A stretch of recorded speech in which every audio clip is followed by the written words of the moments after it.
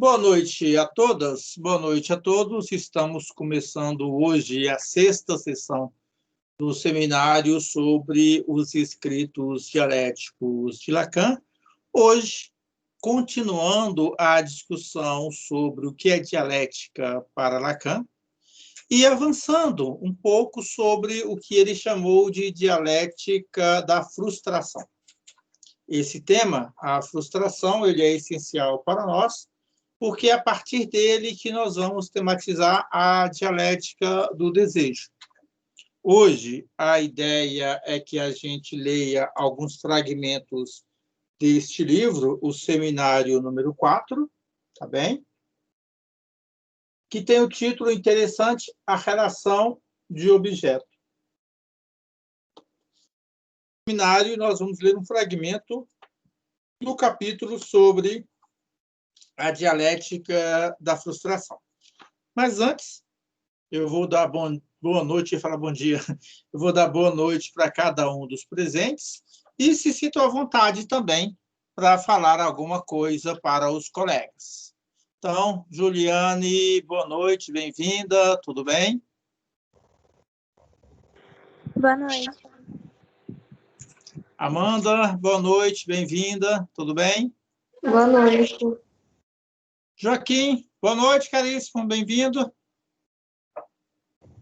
Você está sem áudio. Boa noite, muito obrigado. Mais uma vez aqui junto.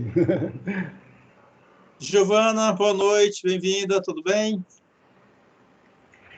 Boa noite. Marcelo, boa noite também, bem-vindo, caríssimo.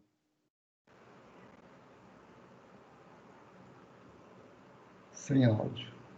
Está sem áudio. Ana Tércia, boa noite, bem-vinda.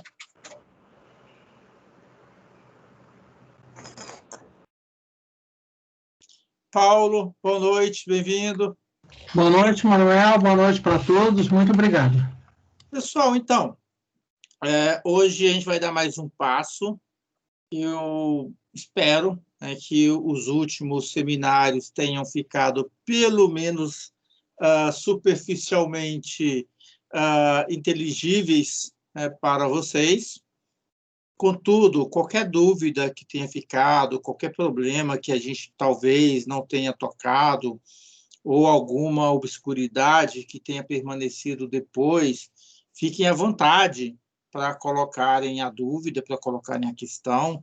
Talvez também alguma coisa que talvez deixemos passar naquele momento, mas que posteriormente surgiu como uma questão para vocês, fiquem à vontade para colocarem agora, porque a partir desse momento a gente vai tentar pensar a estruturação do que nós estamos chamando de dialética do descontínuo. A gente está pegando os textos de Lacan e vocês devem estar percebendo, estamos, na verdade, tirando alguns nacos desses escritos, dando algumas mordidas neles, mas não estamos trabalhando nenhum deles de maneira sistemática. E por que não estamos fazendo isso? Porque o tempo nosso é curto. Cada texto desse daria para fazer um seminário de 6 meses. Vocês concordam? Como nós não temos esse tempo, a gente tem que fazer esse procedimento, dar uma mordida e ver o que acontece. Dar uma mordida e ver o que acontece. É o mesmo que a cobra faz com a sua presa. Ela dá uma mordida, inocula um pouquinho de veneno e vê o que acontece. Estamos fazendo a mesmíssima coisa com os escritos do senhor Lacan. Então, em função disso, é provável que fique uma dúvida ou outra, que fique uma questão ou outra.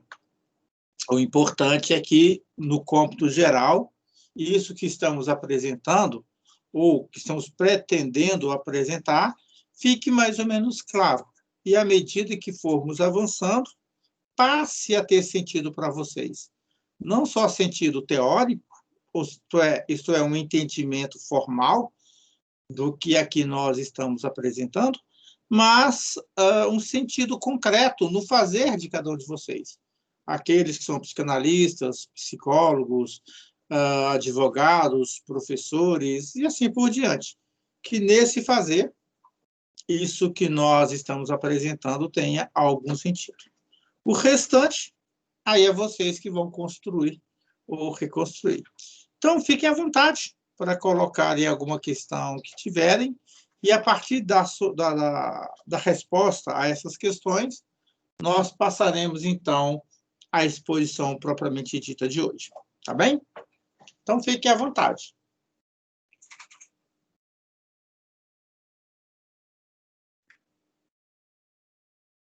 Eu só não posso esperar muito tempo por conta que está gravando, então é necessário que, assim que alguém pare de falar, o outro retome a palavra. Mas dá para esperar alguns segundos, se vocês tiverem alguma questão. Se não tiverem, aí eu avanço.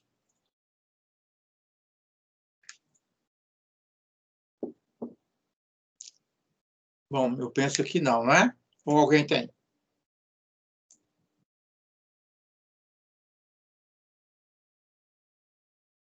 Joaquim, Manuel, fique à vontade. eu só faço uma observação.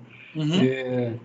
Não foi disponibilizado a gravação do encontro passado, né? Da sessão passada, né? Infelizmente não, porque eu tive algumas dificuldades, não técnicas, então mas não foi porque profissionais. passou.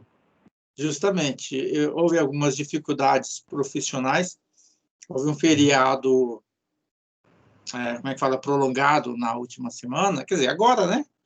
Eu fiz uma viagem e na universidade onde eu trabalho, concentrou-se tudo nesses dias também, vários projetos, várias situações, além dos meus atendimentos com psicanálise, eu atendo manhã, tarde e às vezes à noite, então eu não consegui concluir para colocar à disposição para vocês. Mas eu devo fazer isso hoje, inclusive, aí, cuidado para não ter overdose de psicanálise, que aí hoje eu vou colocar os dois para vocês, tá bem? Assim que terminar aqui, eu já vou subi-los, fazer a edição rapidinho, porque é pouca coisa, e já colocar no grupo. Tá bem? Ótimo. Então, gente, eu vou passar adiante para a nossa temática de hoje. Nós definimos, deixa eu voltar aqui no meu material, nós definimos alguns tópicos para o trabalho com esses escritos dialéticos de Lacan. Porém, de acordo com o processo pelo qual nós passamos, estamos fazendo algumas modificações. Bom, Natércia, agora que eu vi aqui a sua mensagem, hoje está assim, né? Quer dizer, em todos os lugares está caindo, mas o importante é que você conseguiu entrar de novo. Tá bom? Então, a gente tem feito essas modificações, por quê? Porque o seminário ele é dinâmico. Algo que acontece numa sessão, às vezes, modifica algo da sessão seguinte. Na última sessão, nós trabalhamos a temática, o que é a dialética, que sujeito ela como significante representa para um outro significante. Nós não chegamos a discutir exatamente essa ideia, que era uma temática que o Lacan estuda no seminário 11, no seminário acerca dos 4 conceitos fundamentais da psicanálise. O mais interessante desse seminário é justamente essa concepção do significante como aquilo que representa algo, não para um outro sujeito, mas para um outro significante. Então, daí nós fizemos, entre aspas, essa brincadeira. Que sujeito a dialética representa para um outro significante, considerando que ela própria é um significante. E aqui há algo importante que nós devemos levar em conta. O significante é precisamente aquilo que está a meio caminho do significado e do signo. Então, ele, na verdade, pode significar várias coisas, mas, enquanto significante, é apenas uma abertura para a significação. Nesse sentido, se nós entendemos que a dialética é um significante, ela é um caminho para alguma coisa. Ela não é necessariamente algo já dado, algo já pronto e acabado. Então, me parece que esse é um aspecto interessante que o Lacan intuiu, pelo menos intuiu, que toda vez que ele vai falar de dialética, nunca a dialética se apresenta como algo acabado, como um método formal pronto para ser aplicado a alguma realidade. Pelo contrário, ela é justamente um movimento no qual várias possibilidades podem se dar. Talvez nenhuma se dê. Talvez se dê algo diferente, por exemplo. Portanto, uma possibilidade que, enquanto possibilidade mesma, não foi dada, mas que no processo pode emergir enquanto tal. Nós falamos disso a partir de um texto que eu havia escrito, no qual eu estava defendendo muito mais a noção de imagem do que a noção de significante. Porque o significante ele é um representante de algo. Ele é um representante de uma representação. Isso futuramente a gente pode conversar se vocês considerarem necessário. Nesse sentido, é importante exemplificar como que essa dialética opera. Por isso, hoje, nós vamos falar da dialética da frustração. Antes de entrar propriamente na dialética do desejo, que é um dos tópicos mais presentes em Lacan, queremos falar daquilo que é anterior a essa dialética do desejo. E, portanto, em que medida que a frustração também se apresenta como constitutiva desse movimento dialético. Tá bem? Feito isso, nós já vamos estar dando um passo importante para a conclusão desse seminário. Como hoje é a nossa 6ª sessão, depois de hoje faltarão apenas 3 sessões para o final. Tá bem? Nesse sentido, fazemos agora o compartilhamento e vamos tentar entender o que é essa dialética da frustração. Primeiramente, o que é frustração? E como que nessa frustração uma dialética está em jogo? E nessa dialética, como se articula simbólico, imaginário e real. E essa articulação, tal como concebida pelo próprio Lacan.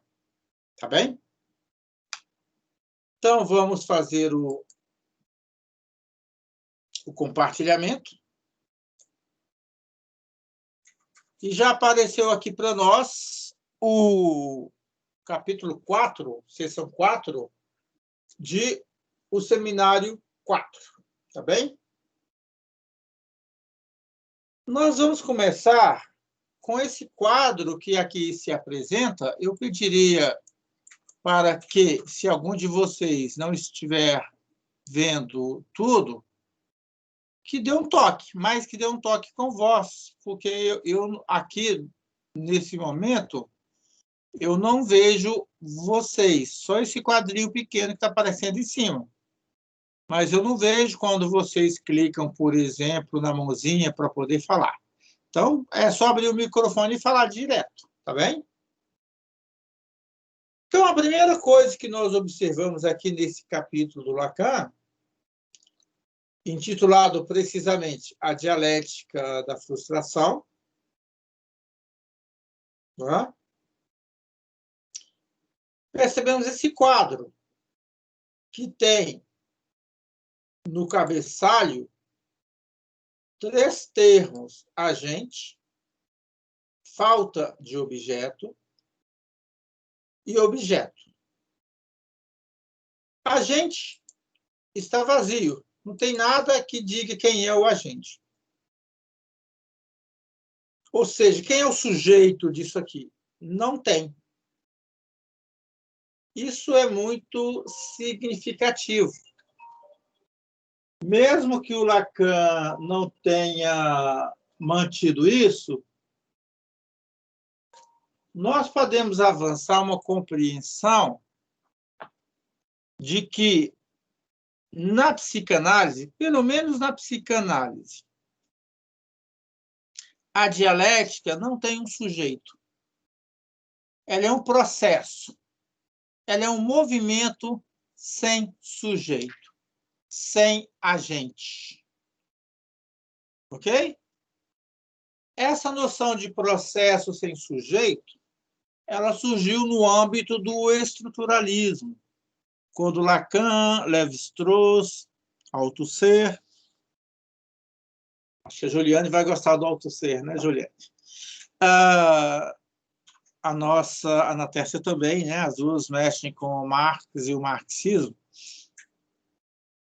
Então, esses autores tematizaram um processo sem sujeito, ou uma estrutura sem sujeito, que aparece aqui. Que sujeito é esse? O sujeito consciente. Esse sujeito que nós chamaríamos de autoconsciência, ou sujeito autoconsciente. Tá? A consciência, então, para resumir. Porque há um sujeito do inconsciente. Não há um sujeito inconsciente. Porque o inconsciente é um processo. Mas há um sujeito do inconsciente. E esse sujeito é ele próprio uma estrutura. Quando Lacan, no seminário 11, que não está aqui, deixei na biblioteca, diz que o inconsciente é estruturado como uma linguagem, ele está querendo dizer que o inconsciente se manifesta ao nível da linguagem como uma linguagem. Essa linguagem segue uma lógica que não é a lógica formal que vocês, que nós todos estamos acostumados, mas uma lógica do inconsciente, que, quando tivermos oportunidade, iremos falar aqui. Hoje não, em função de que o nosso objeto é outro, tá? Mas é interessante que, justamente no âmbito da frustração, o agente não aparecer. E por que será? Porque se há frustração, o sujeito da frustração, se é que ele há, é passivo. Nós somos frustrados. Nós não frustramos. Por exemplo, puxem pela memória. Geralmente, quando uma pessoa se frustra, fica frustrado com outra, o que essa outra pessoa geralmente diz? Por exemplo, qualquer um de vocês aí, se um amigo fala, poxa, você me frustrou, fiquei frustrado com você. O que você diz para essa pessoa?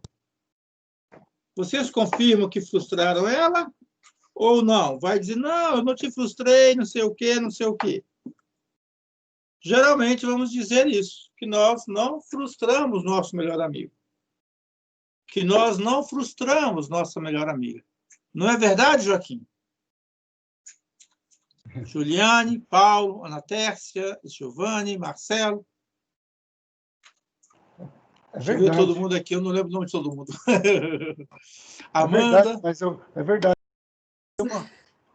É verdade, mas eu quase dei uma resposta antes aí, que eu, como sujeito frustrado, isso acontece sempre quando vem uma negativa, né? Um movimento negativo, de lá para cá. De lá para cá sempre. Nunca daqui para lá, né? Nós nunca frustramos ninguém. Somos sempre frustrados. Diga, Giovana.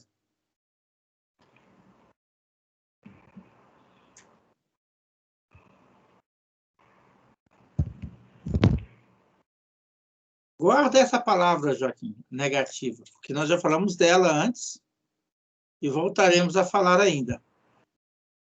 Tá? Mas a frustração é isso, né? Ela sempre vem de fora, ela nunca vem da gente. Ou não. Vamos aguardar para ver como é que fica. Giovana, você ia falar?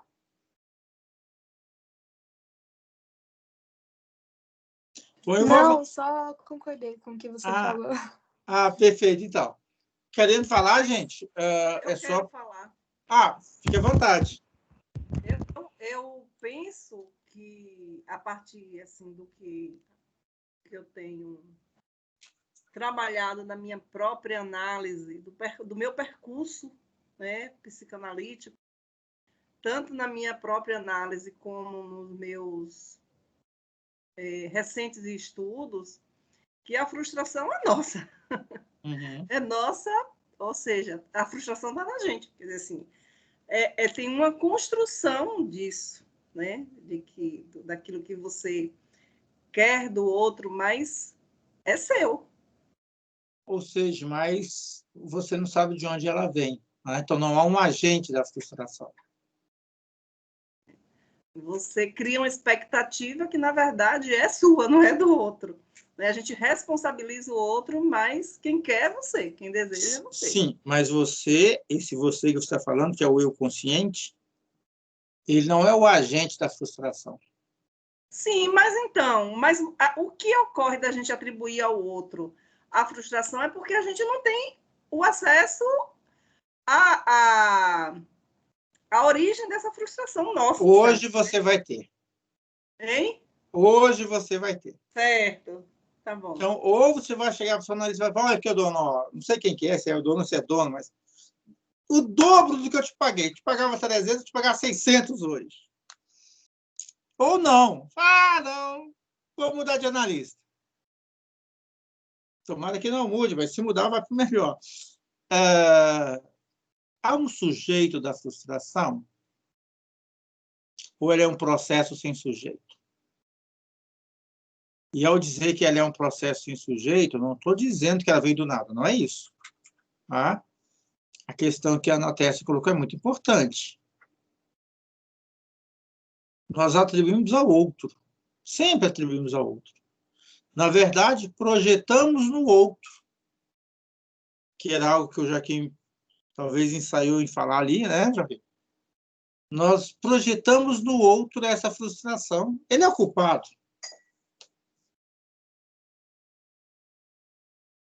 Mas, claro, ela está dentro de nós.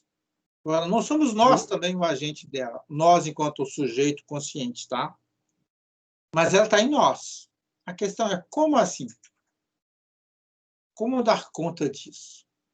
Eu vejo que ela é desencadeada, ela tem a ver com essa expectativa, né, que a gente desenvolve, mas sempre ela, quando eu falei que corresponde a uma negativa externa, seja consciente ou inconscientemente, essa negativa, isso que vem de fora, né, desenvolve em mim isso que eu chamo de frustração. Tá dando um nó aqui quando você insiste na pergunta qual é o sujeito, se tem um sujeito dela. Né? E qual que é o tamanho desse nó? Se a frustração é algo que se passa dentro de mim, de alguma maneira eu sou o sujeito que está sofrendo essa É o sujeito frustrado, é o passivo. Frustrado. Você é o passivo. Você não é o ativo. E há um sujeito, e há um sujeito que não toma cuidado com o outro e desencadeia no outro. Mas será que é esse sujeito que nós estamos falando aqui? Não seria dos dois? Não. Nesse caso, não. Porque aí está falando do sujeito do imaginário. Você está falando do sujeito das pulsões. Entende? Que é esse sujeito que eu imagino, que eu projeto. Diga, Ana Tércia. Se a gente conclui que é o outro quem desencadeia a nossa frustração, a gente pode sair do imaginário e ir para o delírio, não é não? E aí ficamos bem louquinhos da vida. Hein? Bom, eu estou aqui brincando, tá? Agora, gente. Mas a nossa tendência mas eu acho que é um processo mesmo ao outro problema nosso. Verdade. Diga. Mas eu acho que é isso mesmo, a gente está construindo aqui isso. Né? Quer dizer, eu acho que o objetivo da gente estar aqui, né, às 20 horas e 46 minutos, né, depois de todo mundo ter tido um dia de rotina, que eu imagino intenso, né, que nós temos, mas eu acho que o interesse é esse mesmo, dessa busca, né? Justamente. Por esse saber. Né? Só que para eu avançar, eu quero saber o tamanho desse nó que o Joaquim está na garganta agora e o nó de cada um de vocês. Ou seja, de 0 a 10, esse nó da frustração está em quanto? Eu quero que ele chegue em 10 para eu poder avançar. Igual esse povo do Facebook, né? Eu quero 1000 likes para poder colocar um outro vídeo de alguma coisa. Eu não vou querer tudo isso, não. Só quero saber quanto que está a frustração para entender que sujeito é esse de 0 a 10. Joaquim, como é que está esse nó aí na garganta? De 0 a 10? Peraí. Mas quanto maior o número, maior a frustração, maior o nó, é isso? Justamente, né? Eu quero que chegue a 10. Eu achava que estava resolvido, agora foi para 10. Ana Tércia, e você? A Algadeia está entrando. E você, Ana Tércia? Eu diria assim, que o meu nível de frustração está em 5. Sim, tá, então tá bom, entendeu? Sabe nada, inocente, né? Não. Paulo, isso é uma frustração. Não sei nada ainda. Com o sujeito inconsciente. Não, do consciente, perdão. Gilvana, Juliane, Amanda, vão falando, Marcelo. E o Gadanha, que acabou de chegar. Boa noite, Gadanha, bem-vindo. O primeiro online seu, né? Você acompanha pelo vídeo. Estamos falando sobre a frustração. Qual é a sua, Gadanha? O Gadanha já chegou e está jogando bola no peito dele. Rapaz, eu acabei de pensar isso aqui. Eu disse, rapaz, a pessoa acabou de entrar e Manuel joga um negócio nos peitos da pessoa. Estamos aqui para isso. Pensei com essa expressão mesmo, que você jogou o negócio nos peitos da pessoa. Uma bola de canhão. Isso é bacana, né? Isso é o encontro de inconscientes. Eu acho que o Paulo vai falar. Diga, Paulo. Só falar para a Ana Tércia não falar desse negócio de jogar no peito, que eu já estou traumatizado com isso. Mas não por minha causa. Que não seja 2 pés no peito, né, Ana Tércia? Aqui foi só uma bola. Falar disso, eu acho que o Atlético joga hoje, ele vai ganhar. Torço pro Galo, viu, gente? Homens. Bom, vamos avançar então, por conta do tempo. Então, bem-vindo, Gadanha, com a gente. O espírito é esse aqui, viu, Gadanha? A gente riu um pouquinho também, a gente não sabe contar piada, mas a gente conta caos. Querendo falar, pessoal, é só chamar. Eu diria, não coloque a mãozinha, porque eu não verei. Porque, como está compartilhado, eu não consigo ver aqui. Mas é só abrir o microfone e falar, viu? Fiquem à vontade. Vamos voltar lá para o texto. Daí a gente continua. E vamos resolver aqui a frustração do Joaquim, né? Vai em 10. Então, vamos ver se a gente chega até os 5 da Ana Tércia. Você é muito pirracento e fica como é? Provocando a fala, né? Ah, então aumentou a sua frustração? Foi para quanto?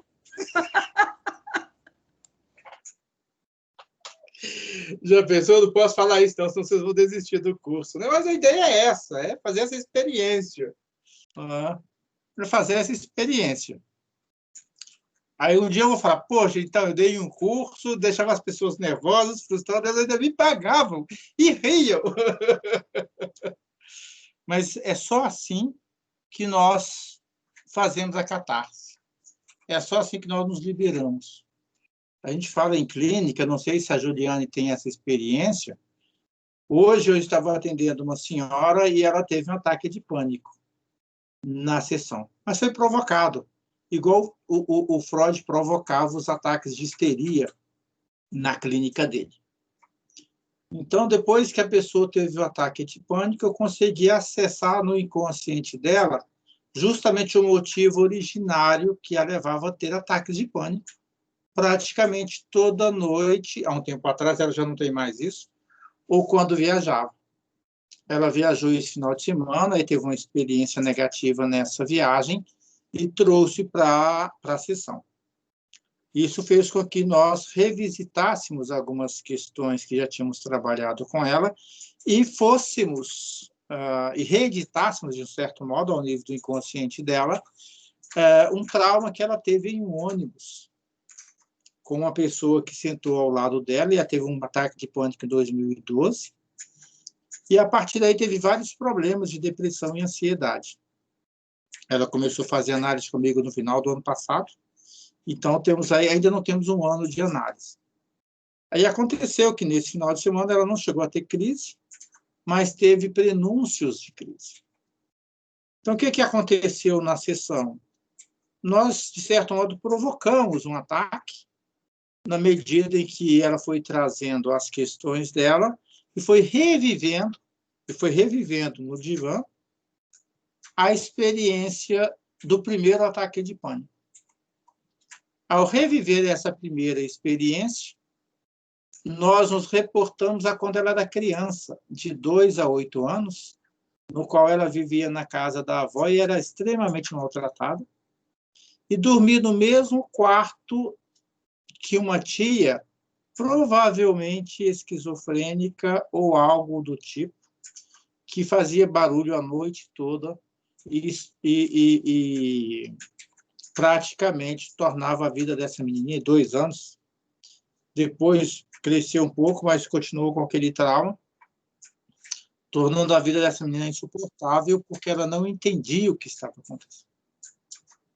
Então, uma vez que ela reviveu isso, nós conseguimos trabalhar e ela saiu do consultório praticamente zen. Não vou dizer 100% zen, porque a análise está no processo ainda. Provavelmente vai demorar mais 1 ano, 1 ano e meio, 2 anos, para que essa pessoa cure do problema da demanda que ela levou. Tá? Mas é um processo que está bastante em andamento. E o que significa isso? Trazer ao máximo esse sentimento, trazer ao máximo essa emoção. Então, embora aqui a gente esteja fazendo, entre aspas, a título de brincadeira, no fundo não é brincadeira, tá, gente? É justamente para a gente poder trabalhar isso em cada um de nós e vocês entenderem quão magnífica é a clínica psicanalítica.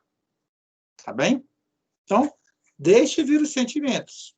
Deixe vir que nós vamos cuidar deles de alguma maneira aqui. Considerando que... Diga. Manuel, eu fiquei um pouco confusa, assim, com o conteúdo e tal. Qual deles? Queria ver se eu entendi. No caso, só para ver, né, retomando o que a gente estava falando e tentar ver se eu entendi, dentro desse contexto, né, da dialética da frustração e tal, até onde eu entendi, você trouxe a questão de que não tem um agente de fato, né? Tipo, e aí, no caso, dentro desse exemplo que você trouxe, se é que eu estou conectando direito, estava pensando que, no caso, tipo, não necessariamente vai ter um agente no presente, né? Um agente que vai trazer essa frustração, porque, né, existem conteúdos inconscientes ali que faz com que a gente tenha as experiências, né? Elas têm suas transferências, enfim. E aí, no caso, não seria de que o agente, ele não necessariamente ele tá ali presente, tipo, existe um agente anterior, né? No caso, por exemplo, dentro desse exemplo que você traz, se é que eu tô conectando direito, né? mas desse exemplo que você traz, existiu um agente anterior, né? Foi nesse contato com o mundo que essa frustração, né? Esse sintoma, ele aparece. E aí, se seria isso, assim, eu não sei se eu entendi direito, se eu estou fazendo as conexões certas, Então, mas fiquei com essa eu acho questão. que a interrogação é por aí. A interrogação é por aí. Ao ler o texto do Lacan, ele vai ser 2 páginas, 2 a 4 páginas, eu acho que a gente vai ler. Inclusive, eu pediria a ajuda dos universitários, das universitárias, para me ajudar na leitura. Tá? Se quem quiser ler, fique à vontade. Assim que a gente volta lá para o texto. Há indivíduos, há elementos que colaboram nisso, mas um agente, no sentido de um sujeito consciente, não. Por exemplo, a relação entre o bebê e a mãe. O bebê quer fazer certas coisas e a mãe não deixa. O que acontece? O bebê fica frustrado. Agora, ele ficou frustrado porque a mãe o frustrou ou por conta de uma outra coisa? Por conta de uma outra coisa. Que outra coisa é essa? Que a mãe, sim, faz parte para o bebê e, portanto, é interpretada como tal. Mas não é a mãe como sujeito, a mãe que frustrou o bebê. Mas foi um certo limite na experiência de mundo desse bebê. Ok, Juliana? Entendi. Uma experiência limite que ele associa como sendo a mãe, mas que, no fundo, não é a mãe. O que é? Bom, o que é, aí vocês vão ter que aguardar um pouquinho. Beleza? Vamos avançar, então? E o mesmo caso serve para quaisquer outras pessoas do mundo, né? Aqui eu vou falando da mãe, porque o Lacan vai falar da mãe também, daqui a pouquinho. Vamos lá, vamos ler para ver o que está em jogo. Tá, vamos lá. Então, aqui nessa coluna não tem agente. Agora veja na segunda coluna, falta de objeto. Ou seja, o objeto é ausente. Quando é que falta o objeto? Na castração, na frustração, na privação. Nós não vamos aqui dar muita atenção à castração, o Lacan vai falar disso no capítulo à parte, e não vamos falar na privação. Vamos ficar aqui, né? Na frustração apenas. Mas é legal observar que na castração há uma dívida simbólica. Então, o processo de simbolização, o simbólico, como vocês sabem, vai ocorrer ao nível da castração. Quem está chamando? Giovana. Vai acontecer ao nível da castração. A privação, a falta dela é um furo real. O que seria um furo real? Eu vou ficar devendo vocês hoje, porque eu não vou tratar disso, tá? Mas a frustração, olha só que bacana, é a expressão de um dano imaginário. Então, como nós falamos até aqui, alguém se frustra e vai culpar um terceiro, vai culpar um outro. E por quê? Porque houve um dano nisso daí.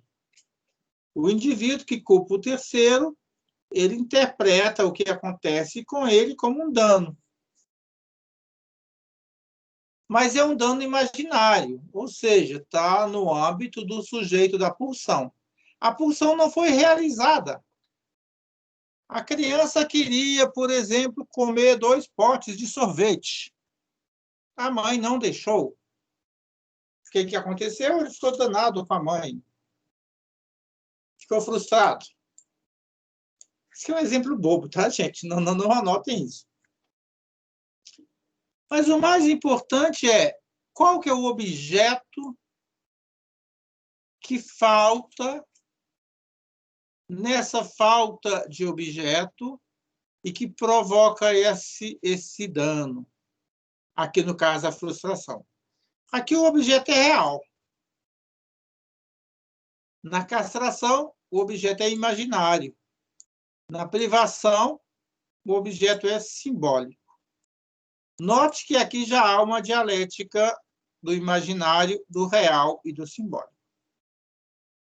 Nós aqui não falaremos dessa dialética, porque ela exige entender isso aqui em detalhes. Nós não temos os detalhes disso. Mas nós vamos detalhar a frustração. Para isso, valeria a pena ler aqui esse início do Lacan.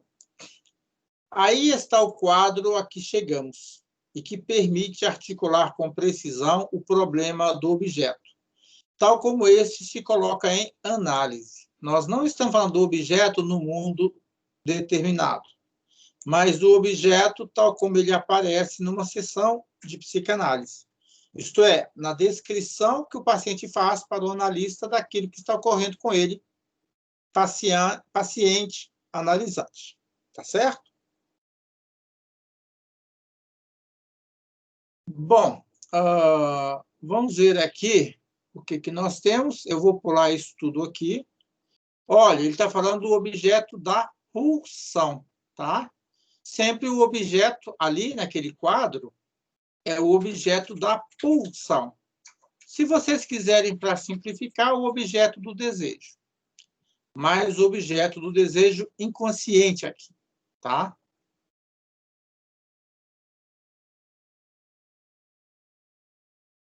Então, vamos ler aqui nesse tópico 1. Então, se alguém puder ler para nós, eu ficaria muito satisfeito, porque aí dá tempo de eu descansar um pouquinho e poder explicar com mais calma o que está em jogo. Alguém poderia ler para nós? O que vem a ser a castração, é isso? Isso. A castração está essencialmente ligada a uma ordem simbólica instituída que comporta toda uma coerência da qual, em caso algum, o sujeito poderia ser isolado. A ligação da castração com a ordem simbólica é evidenciada por todas as nossas reflexões interiores, bem como por esta simples observação. Em Freud, desde o início, a castração foi ligada à posição central, atribuída ao complexo de Édipo, como elemento de articulação essencial de toda a evolução da sexualidade. Se escrevi dívida simbólica no quadro, é porque o complexo de Édipo comporta, daí por diante, em si mesmo e, fundamentalmente, a noção da lei, que dele é absolutamente ineliminável. O fato de que a castração esteja no nível da dívida simbólica é suficientemente justificado e mesmo demonstrado, penso, por essa observação apreciada, sustentada por todas as nossas reflexões anteriores. Logo, prossigo. Ok. Então, eu penso que esse parágrafo resume tudo. Nesse momento, basta ele para a gente entender a castração aqui. Então, Lacan diz que ela está ligada à ordem simbólica instituída. Então, que ordem simbólica é essa? É aquela que, quando nós nascemos, nós já encontramos pronta. Nós nascemos no seio de uma família. A nossa mãe, qualquer que seja ela, vai danar cada um de nós, segundo as cantigas que aprendeu com os seus pais, com seus avós, cantigas essas que já trazem essa estrutura simbólica definida.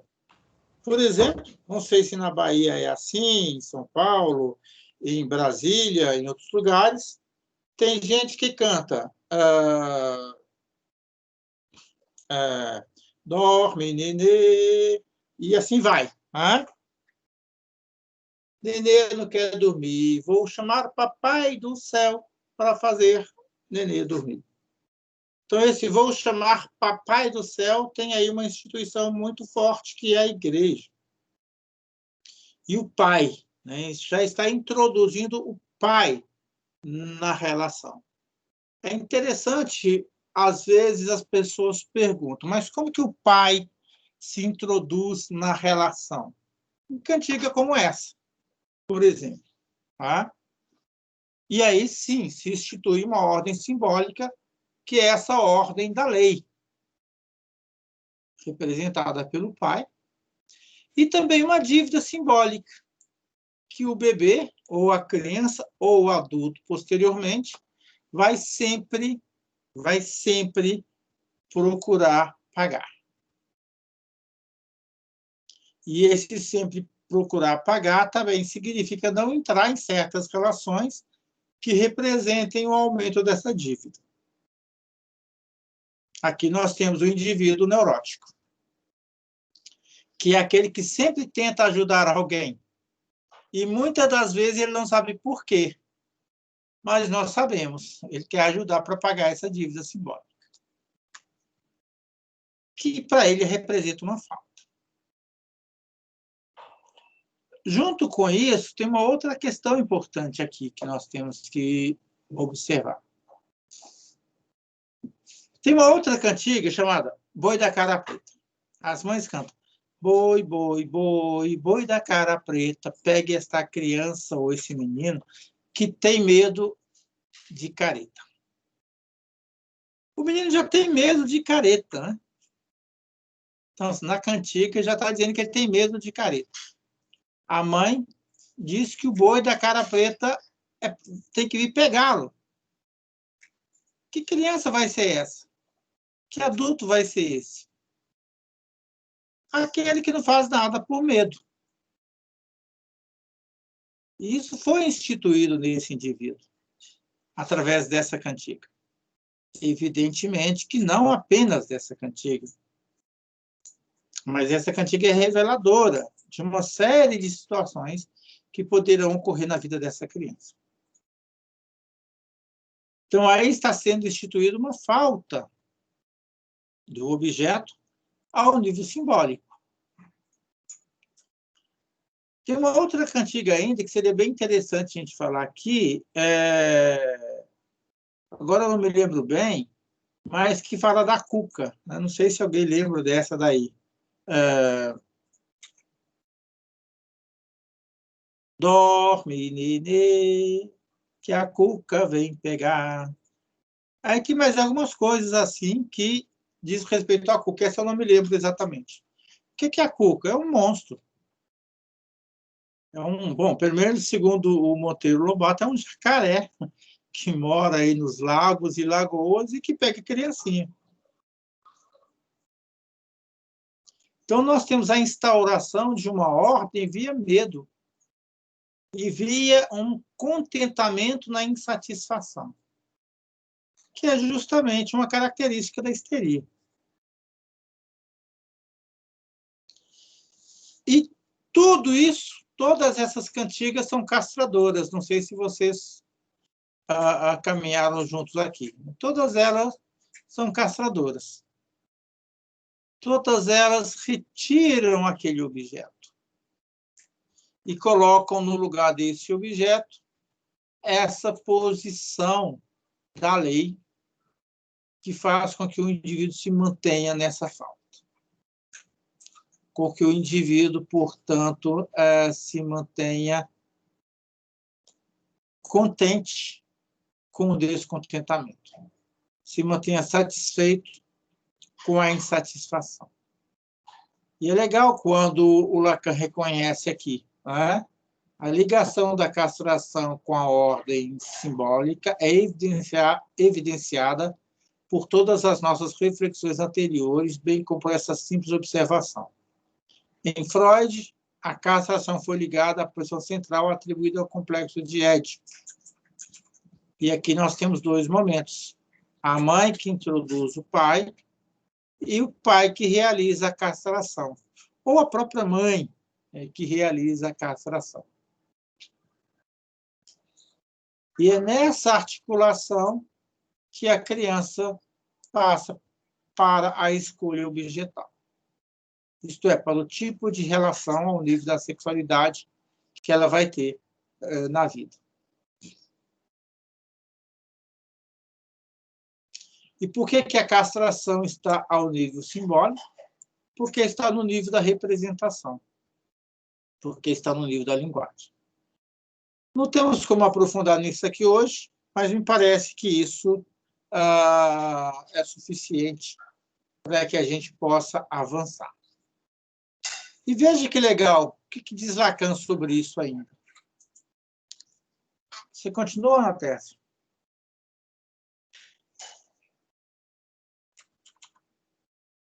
Qual é o objeto? Não estou te ouvindo, eu acho que você tem que abrir o microfone. Qual é o objeto que está em causa ou que é posto em jogo na dívida simbólica instituída pela castração? Como lhes indiquei da última vez, é um objeto imaginário, o falo.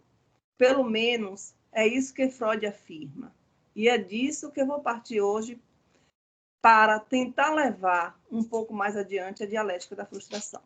Ok. O que falta no neurótico?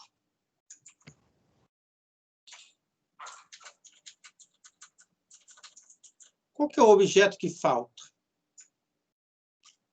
Justamente o falo, que é um objeto imaginário. Se a gente volta aqui no quadro, o que nós temos aqui? A castração é uma dívida simbólica, portanto, a falta de objeto aqui significa castração.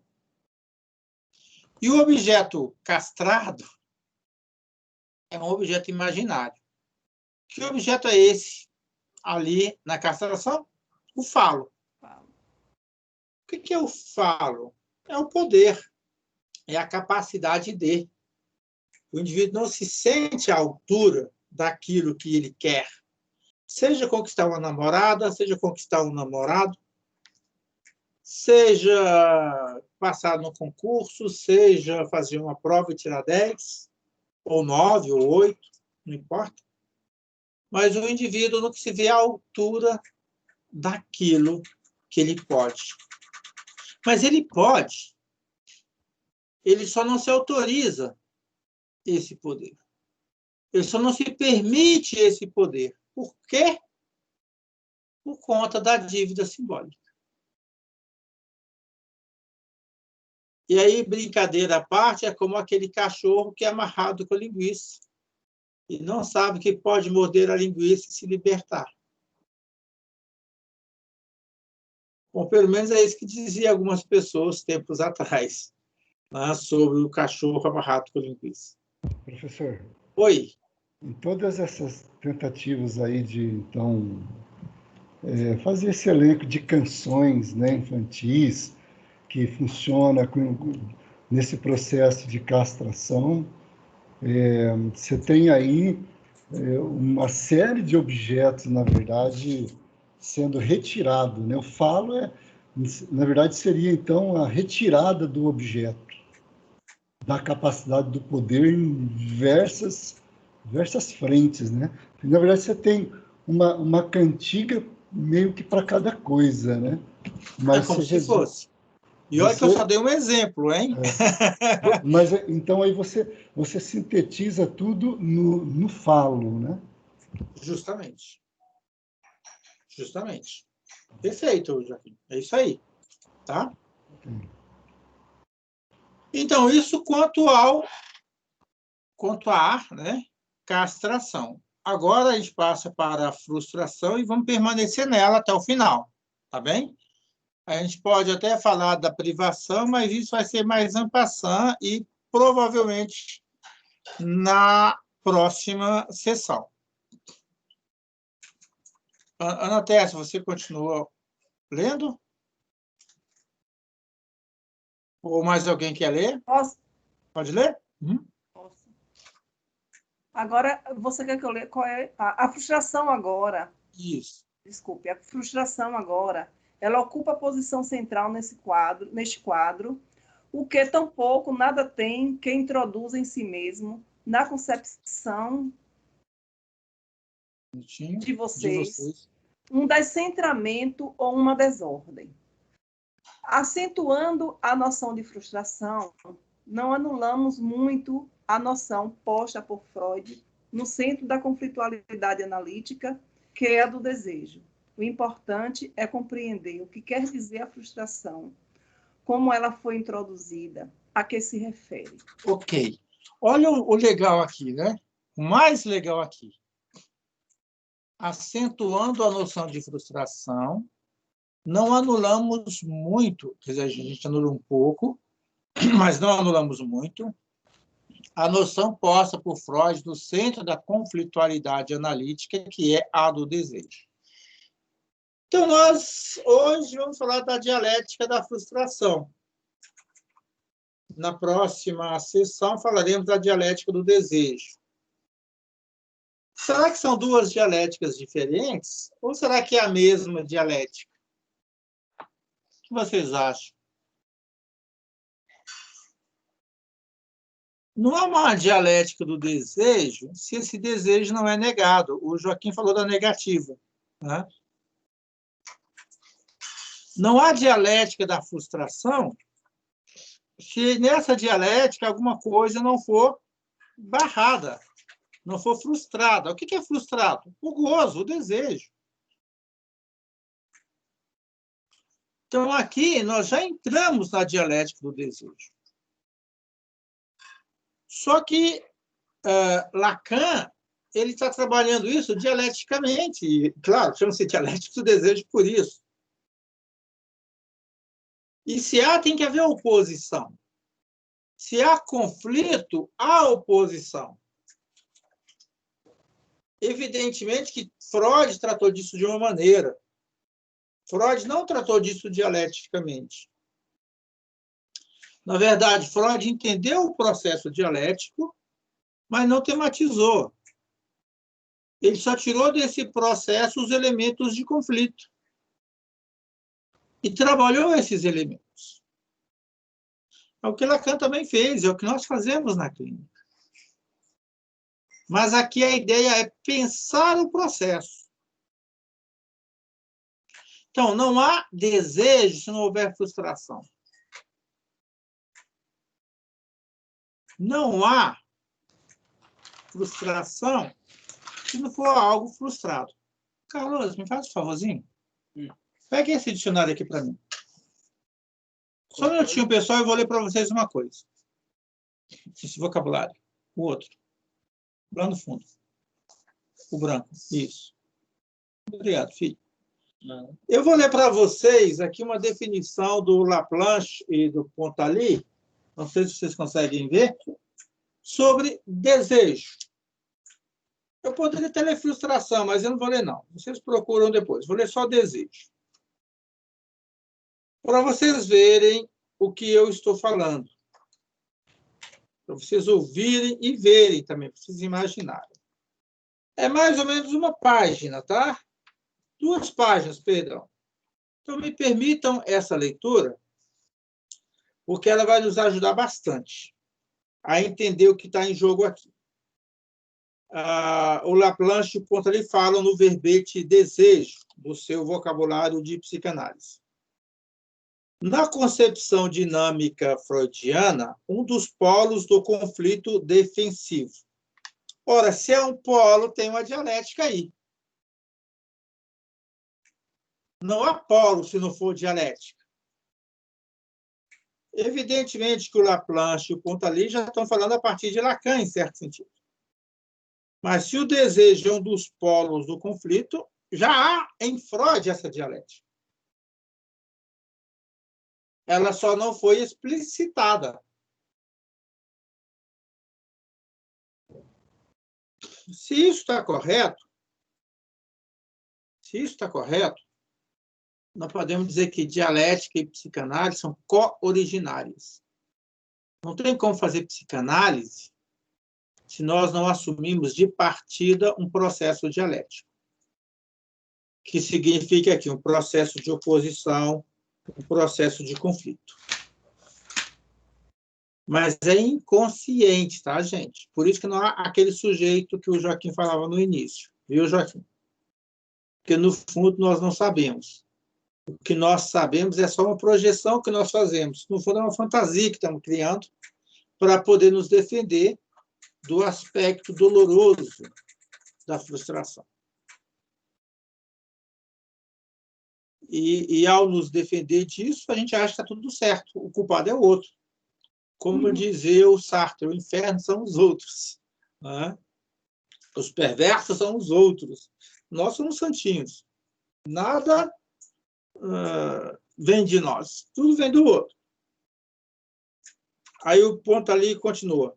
O desejo inconsciente tende a realizar-se restabelecendo, segundo as leis do processo primário, portanto, do inconsciente, os sinais ligados às primeiras vivências de satisfação.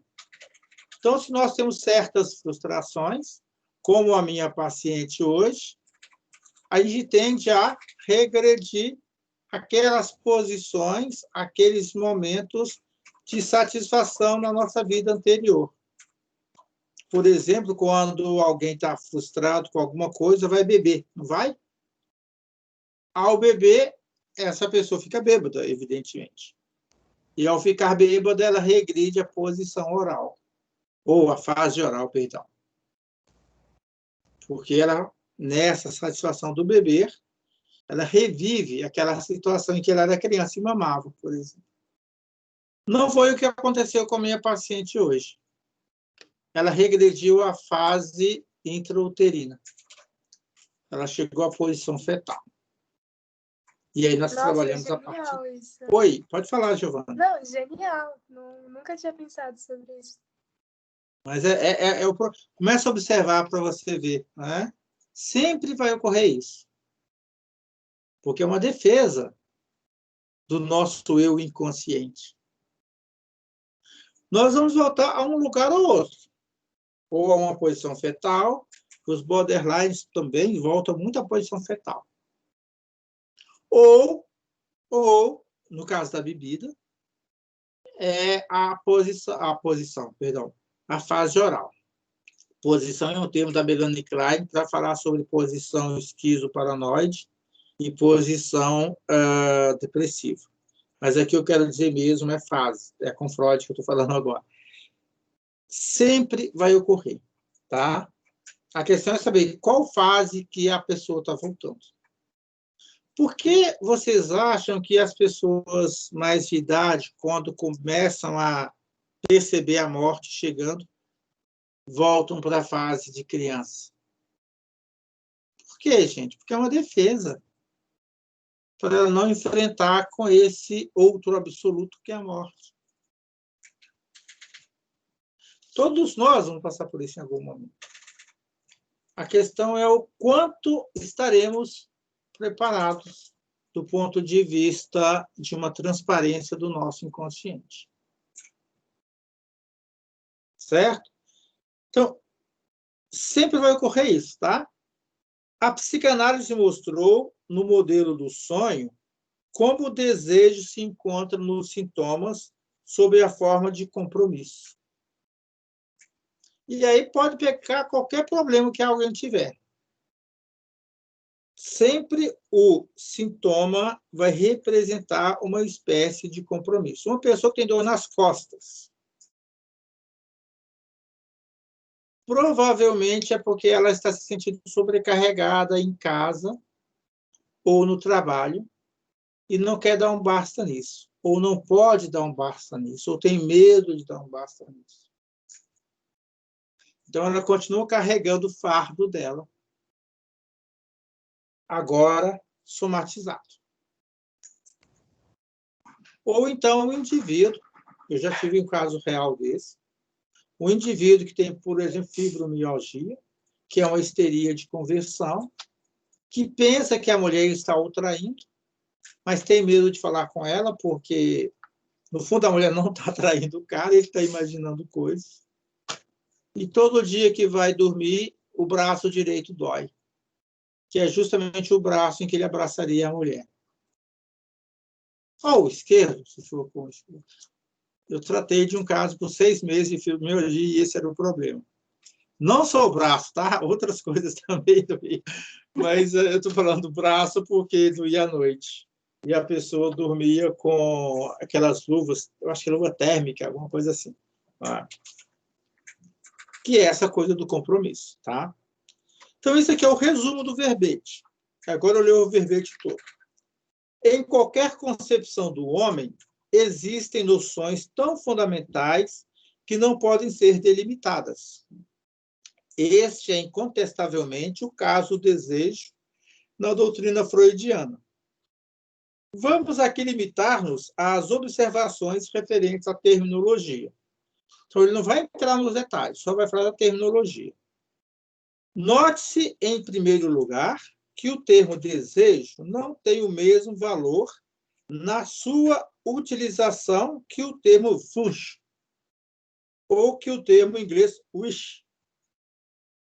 Wish designa, sobretudo, a aspiração, o voto formulado, isso lá no alemão, Wunsch. Enquanto o desejo aqui no francês, né, evoca um movimento de concupiscência ou de cobiça, em alemão traduzido por Begierde ou ainda por Lust. Então, no alemão, nós temos nuances diferentes. Quando nós falamos de desejo, falamos de aspiração. Falamos de um voto, isto é, de um certo querer,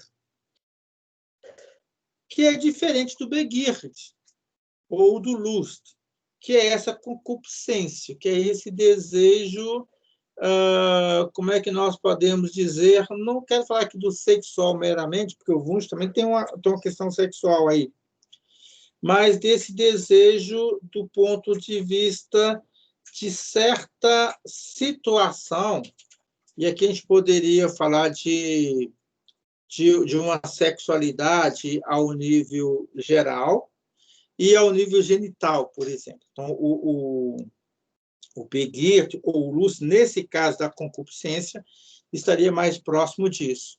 Ou então daquela obsessão por comida, por bebida, por dinheiro, etc., etc., etc.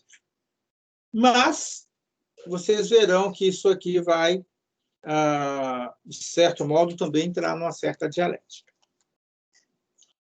É na teoria do sonho que mais claramente se define o que Freud entende por Wunsch, permitindo, assim, diferenciar este de alguns conceitos afins. A definição mais elaborada refere-se à vivência da satisfação. Por isso que eu falei da satisfação e da insatisfação anteriormente, que é como nós elaboramos isso. Então, o desejo na psicanálise tem a ver com essa vivência do modo como nós elaboramos a nossa satisfação. Ok?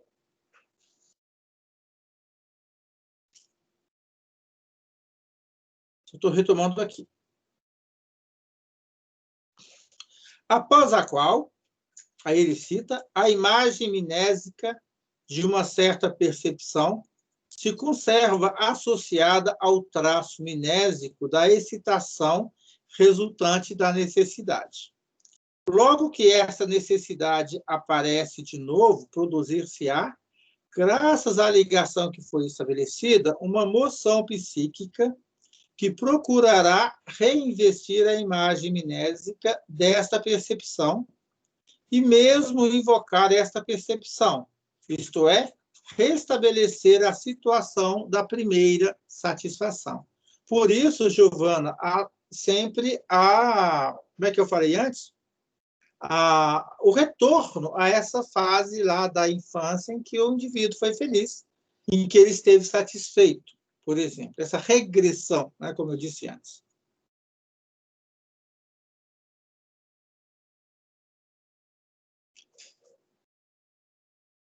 Somente a essa moção é que chamaremos desejo. O reaparecimento da percepção é a realização de desejo. Então, quando nós falarmos aqui de desejo, nós estamos falando desse processo. que tem a ver com essa vivência psíquica, com essa elaboração psíquica da satisfação.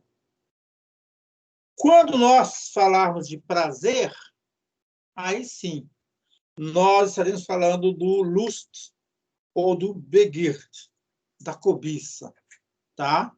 Que o prazer é esse estado no qual temos prazer, temos gozo. Né? E aqui avançando uma noção do Lacan. Essa definição leva-nos a propor as seguintes observações. A. Freud não identifica a necessidade como desejo. A necessidade, nascida de um estado de tensão interna, olha só, conflito interno, tensão interna, encontra a sua satisfação, Befriedigung, pela ação específica que fornece o objeto adequado, alimentação, por exemplo. Então, o objeto aqui é determinado. Qual que é o objeto de uma certa satisfação? A alimentação. O coito. Ou simplesmente ser abraçado por alguém, ser reconhecido por alguém.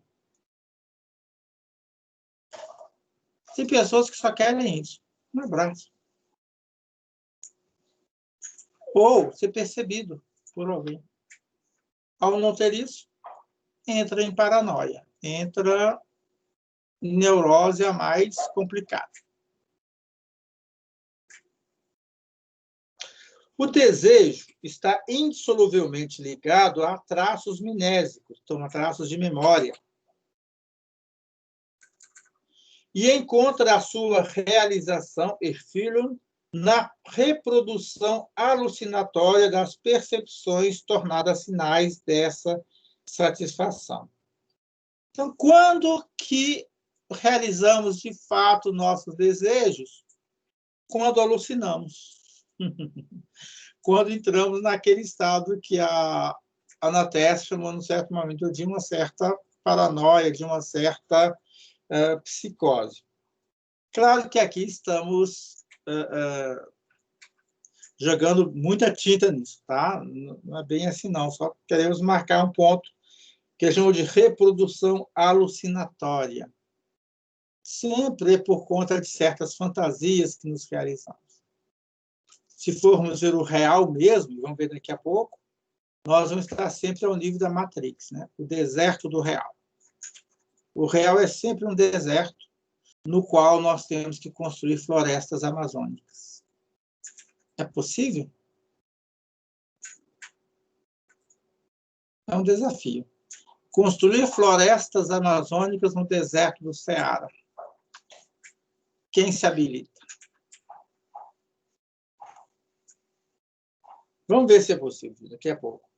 Esta diferença, no entanto, nem sempre é assim tão nitidamente comprovada na terminologia de Freud. Encontra-se em certos textos o termo composto Wunschbefriedigung, satisfação de um desejo.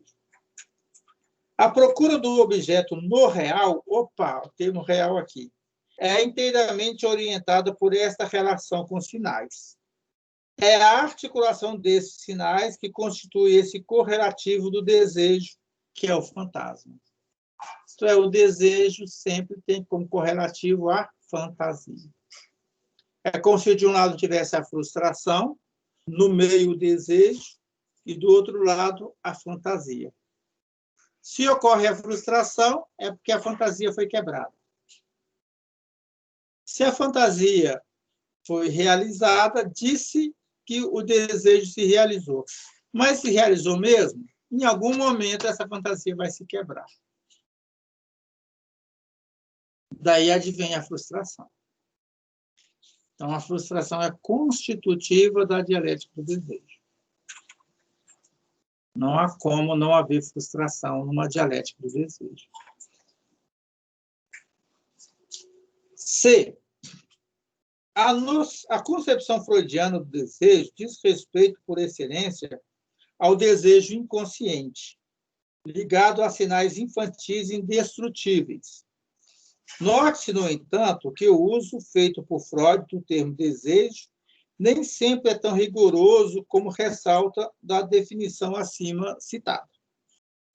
É assim que ele fala de desejo de dormir, de desejo pré-consciente, e que formula até, por vezes, o resultado do conflito como o compromisso entre duas realizações do desejo opostas, cada uma das quais encontra a sua fonte num sistema psíquico diferente. Então, em Freud não há muita clareza quanto a isso. Clareza essa que em Lacan se pretende o caso. Nós lemos a definição de Lacan e passamos ao texto imediatamente. Lacan procurou recentrar a descoberta freudiana na noção de desejo e recolocar esta noção no primeiro plano da teoria analítica.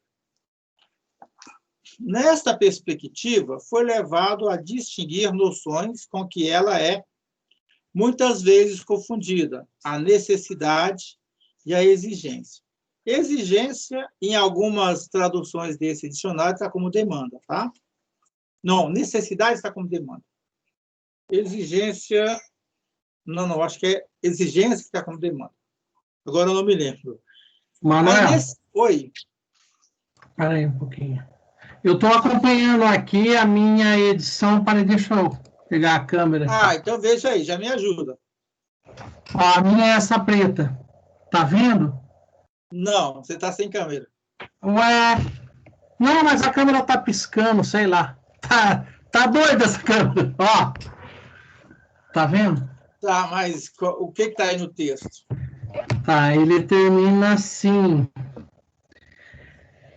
Nesta perspectiva, foi levada a distingui-la de noções com as quais muitas vezes é confundida, como as de necessidade e demanda. É verdade. Então, a exigência que está como demanda. Uhum. Porque são termos muito próximos, né? Necessidade, exigência, demanda, tudo muito próximo. Então, vamos lá.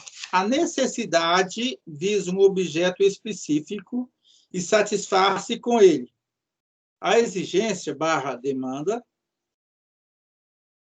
é formada e dirige-se ao trem. Opa, olha só, dirige-se ao trem. Embora incida ainda sobre um objeto, este não é para ela essencial, pois a exigência / demanda articulada é, no fundo, exigência / demanda de amor. Nós sempre queremos amor. Não é? Essa é a demanda fundamental. O desejo, essa é a parte importante, gente. O desejo nasce do afastamento entre a necessidade e a demanda. Portanto, aquilo que tem a ver com o objeto específico e aquilo que tem a ver com o objeto que não é essencial, porque o essencial é aquilo que esse objeto articula, o amor. Por isso, a dialética.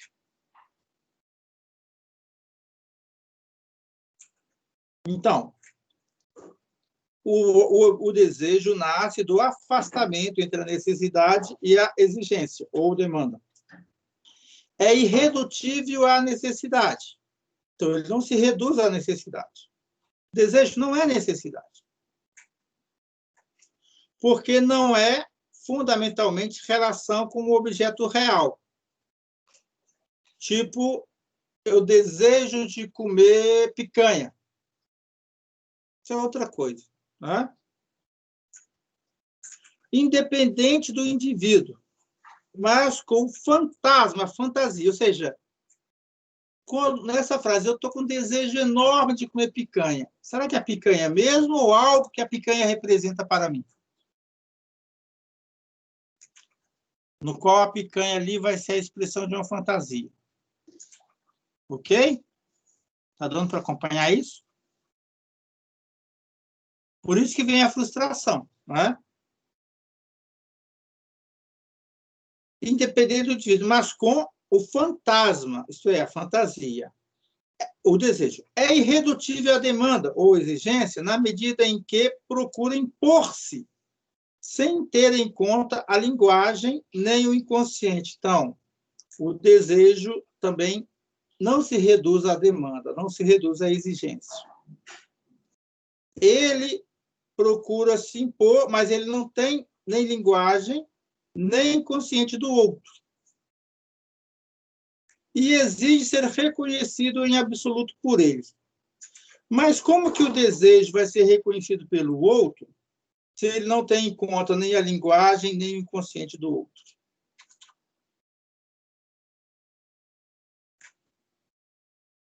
Como?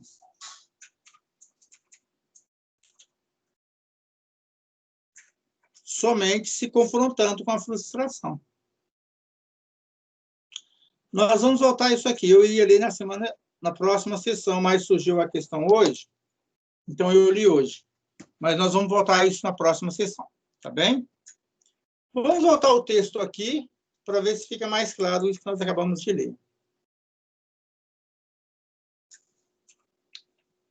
Então, acentuando a noção de frustração, não anulamos muito a noção posta por Freud no centro da conflitualidade analítica, que é o desejo.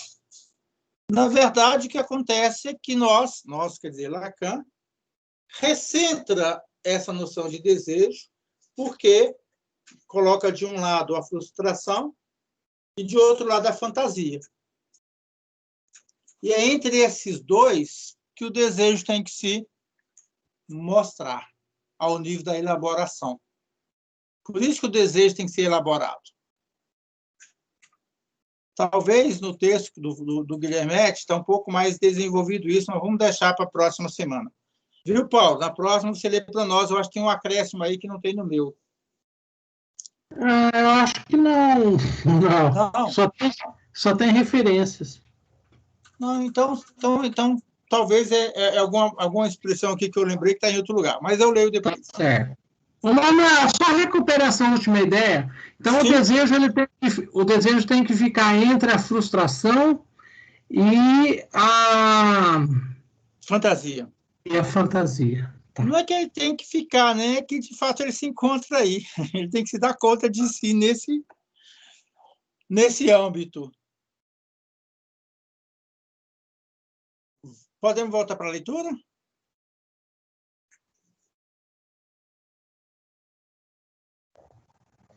Então, veja, o Lacan completa. O importante é compreender o que quer dizer a frustração, como ela foi introduzida, a que se refere. Então, nós já demos uma palhinha aqui. Né? Vamos ver ainda como que essa frustração vai se colocar. Manuel, rapidinho aí. O desejo entre frustração e fantasia... a fantasia não é uma fantasia do desejo? Né? Você não está fantasiando o desejo que você tem? Bom, deixa eu voltar ao texto aqui. Paulo, está com o seu aberto aí ainda? Estou. Lê para nós aí essa parte da fantasia. Tá. Espera só um pouquinho. Uhum. O desejo nasce... É aqui, né? Uhum. O desejo nasce da defasagem entre a necessidade e a demanda. É irredutível à necessidade, porque não é no seu fundamento relação com um objeto real, independente do sujeito, mas com a fantasia. Então, Joaquim, o desejo se relaciona com a fantasia. Uhum. Então, há uma separação. Uma coisa é o desejo, outra coisa é a fantasia. Mas o desejo, enquanto desejo, ele se projeta numa fantasia, ou como fantasia. Entende? Por exemplo, eu tenho desejo de namorar a Angelina Jolie. Ok. E eu tento conquistá-la. Será que eu vou conseguir? Talvez, se eu mudar para os Estados Unidos, me tornar um ator ou ganhar muito dinheiro. Tem uma série de situações, mas vamos dizer que nada disso acontece no real. Mas vamos dizer que isso acontece na minha cabeça. Eu posso conquistar a Angelina Jolie. Mas e quando esse desejo se quebra? Ok? Quando o desejo se quebra... Quando a fantasia se quebra, perdão. Ou quando o desejo não é realizado. Não, quando a fantasia se quebra. Quando a fantasia se quebra, eu errei aqui, perdão. O desejo não se quebra, o desejo é imortal.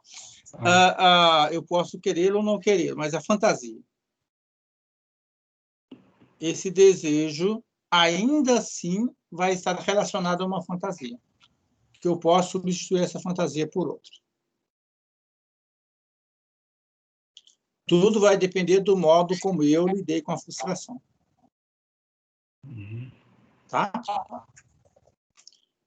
Continua, Paulo, por gentileza. Tá, então é irredutível à demanda na medida em que procura impor-se sem levar em conta a linguagem do inconsciente do outro. Ok. Sem levar em conta a linguagem, ou seja, sem levar em conta o simbólico. Uhum. E o inconsciente do outro. Né? O inconsciente do outro aqui está em jogo real. Então, esse indivíduo está completamente ao nível do imaginário. Compreendem? Então, veja, a frustração, conforme nós estamos vendo aqui, onde que ela está instalada? No dano imaginário, que é justamente esse dano da fantasia, quando a fantasia é quebrada. Ok? Pode continuar, Paulo, até o fim do parágrafo. É uma linha, né? Ele fala, então, vou até retomar. Então, é redutiva a demanda na medida em que procura impor-se sem levar em conta a linguagem inconsciente do outro e exige absolutamente ser reconhecido por ele. Pelo outro. Então, veja aí o impasse, né?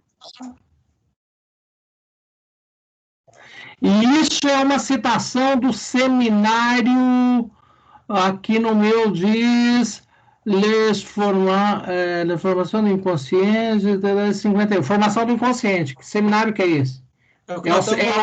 Não, eu não trouxe ele aqui.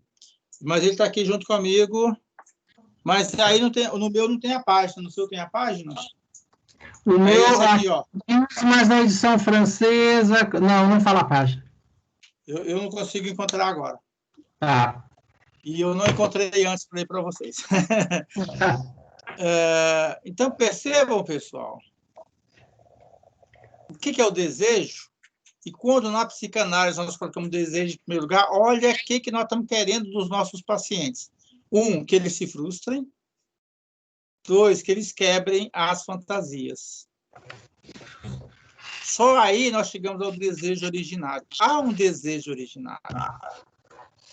Mas se nós não quebramos essa fantasia, e se nós não deixamos essa frustração chegar a 10, esse indivíduo ele não lida com seus problemas. Ele vai sempre se refugiar em alguma fantasia. Portanto, ele nunca vai ter acesso ao desejo originário.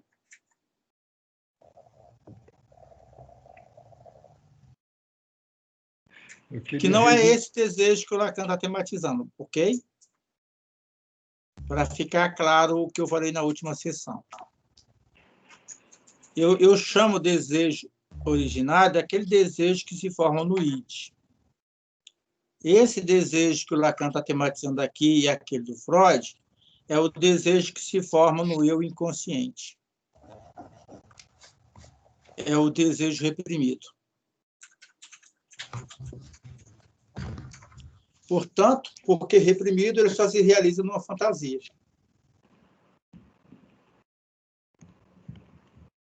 Ok? E aí nós temos que quebrar essa fantasia para que o indivíduo possa, agora sem essa fantasia, procurar o seu mundo real.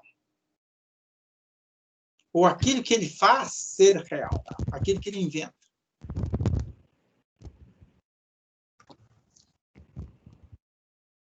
Ou ele faz isso, ou ele vegeta.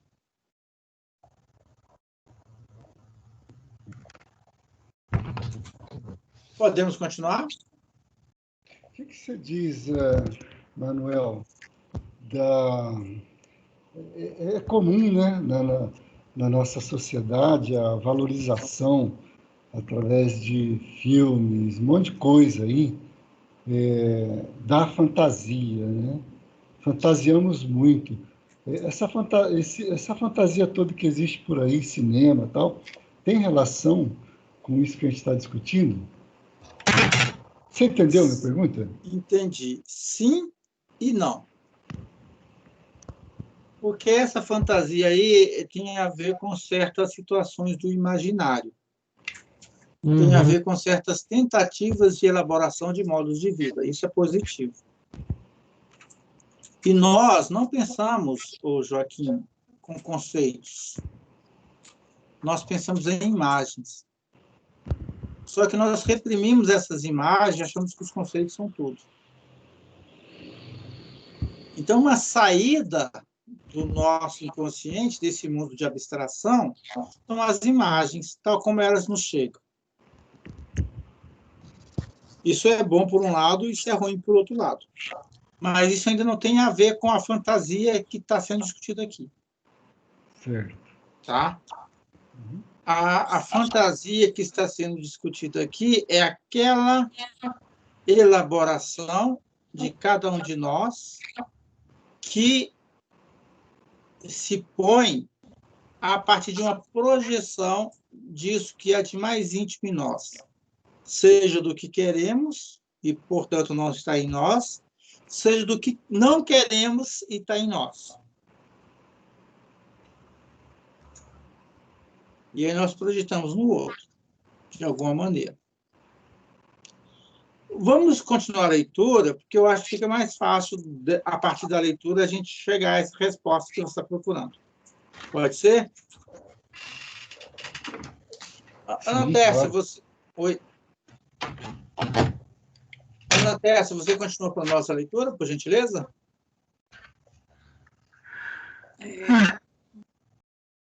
Aqui, esse parágrafo aqui, a noção de frustração.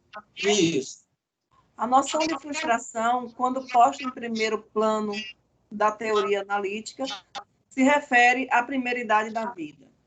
Ela está ligada à investigação dos traumas, fixações, impressões provenientes de experiências pré-edipianas.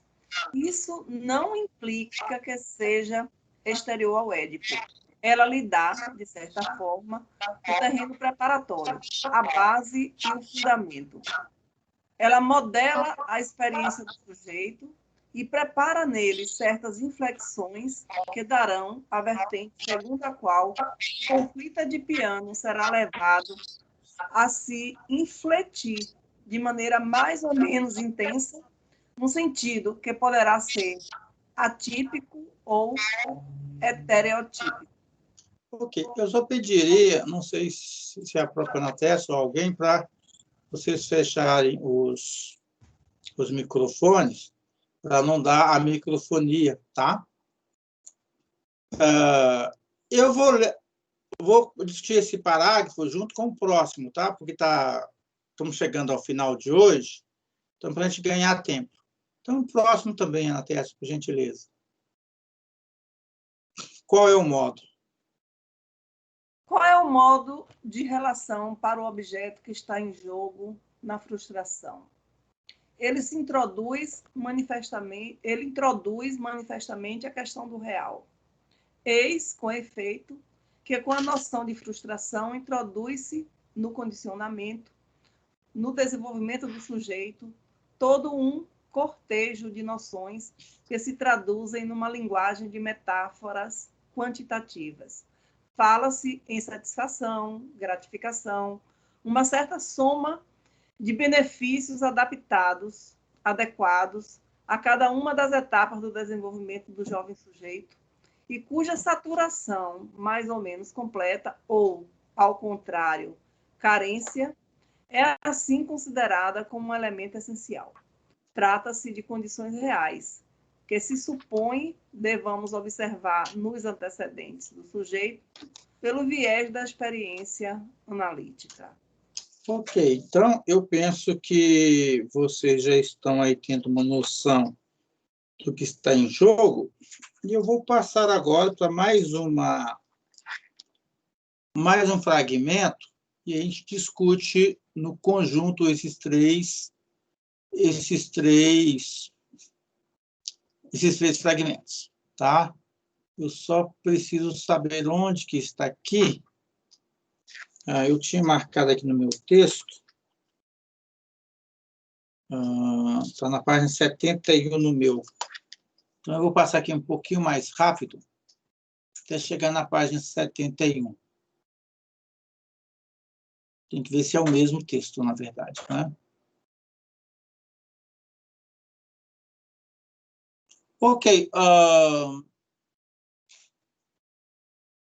Ana Tessa, você consegue ver aí? Logo, eis a mãe e a criança.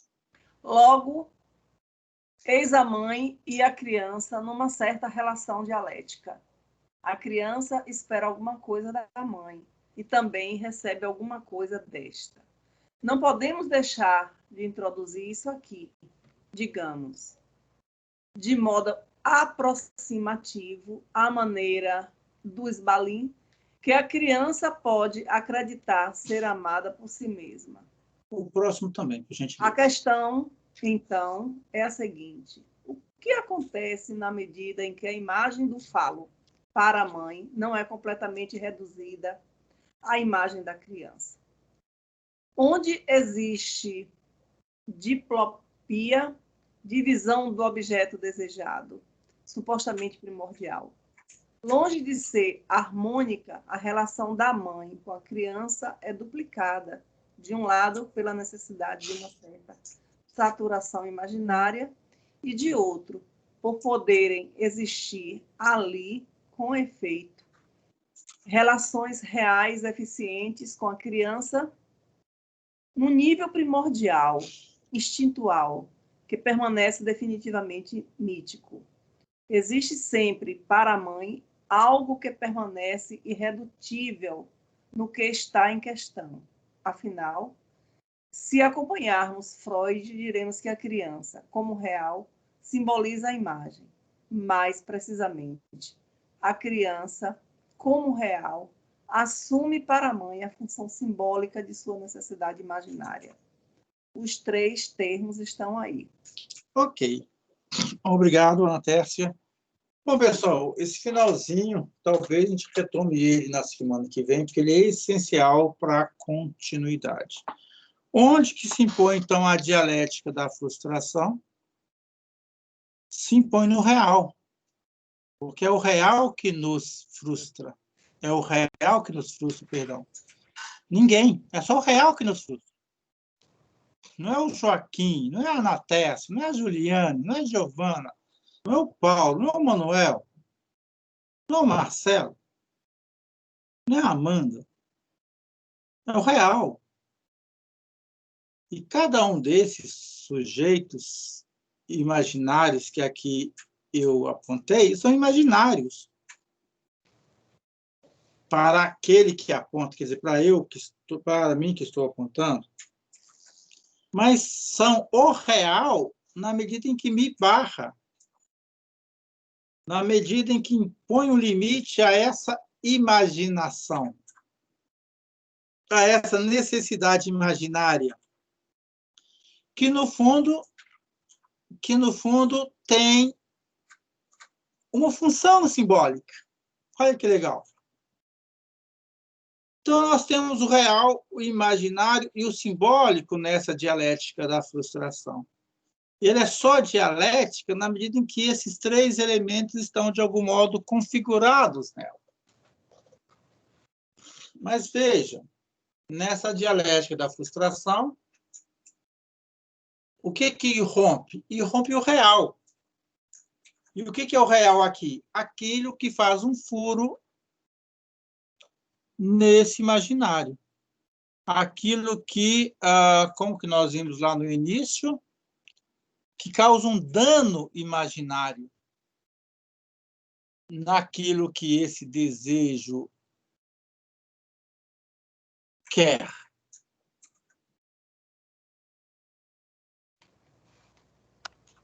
Agora, veja, se é uma falta de objeto, e essa falta de objeto implica ou se exprime num dano imaginário, e se o objeto é o próprio real, ou se o objeto é real, como articular isso? Como dar conta dessa dialética da frustração se nela não incluímos o desejo? Porque ela é frustração, sim, mas em função de um desejo não realizado, portanto, de um desejo reprimido.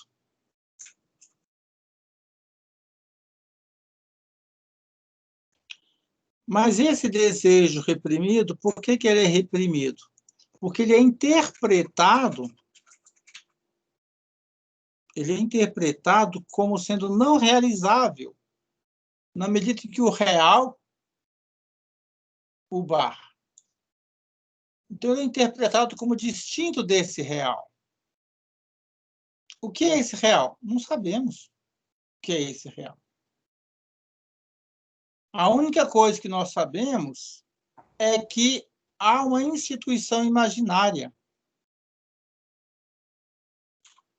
Nesse caso aqui da mãe.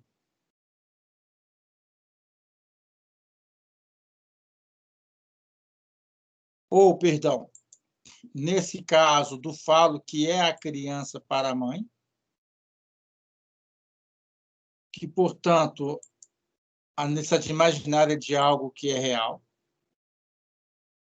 que, ao ser posto imaginariamente, adquire uma função simbólica. Então, nós sempre estamos no real, mas assumimos certa necessidade imaginária disso disso com o que, né, nos relacionamos. E, na medida em que assumimos essa necessidade imaginária, nós simbolizamos. Mas há furos nisso. E muitos furos. Por isso, uma saída é a fantasia. E, quando a fantasia se quebra, a frustração. Porque já há uma repressão que nos leva à fantasia. E que repressão é essa? A impossibilidade do acesso ao real enquanto real. A permanência nesse real enquanto real.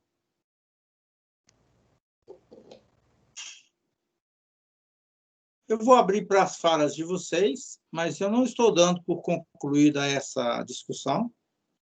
A gente volta a ela no próximo seminário. Mas agora, dado o adiantado da hora, já são 22h02, embora nós começamos um pouco depois das 8h, a gente ficou aguardando os colegas entrarem. Vamos abrir 10 minutos para perguntas e respostas, daí nós encerramos por hoje, mas voltamos daqui a 15 dias nesse ponto. Tá legal? Então, fica aberto para vocês colocarem as questões que considerarem importantes.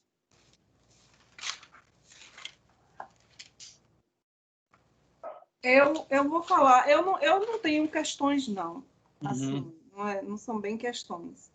Mas logo no início, quando você começou a falar, eu tinha feito uma anotação, eu queria falar, mas depois eu não quis falar logo no início, porque você estava começando a fazer. Mas eu me lembro que você fez uma observação sobre a questão de Lacan não considerar a dialética como acabada, né? E não tomar a dialética como algo acabado, né? E aí eu tinha feito a observação que isso é perfeitamente coerente, porque se ele tomasse a dialética como algo acabado, ele estaria sendo totalmente antidialético. Justamente. Não seria isso? Justamente. Mas também por conta de um outro motivo. Sim. Que uma dialética, entre aspas, acabada, seria aquela dialética que tem uma síntese.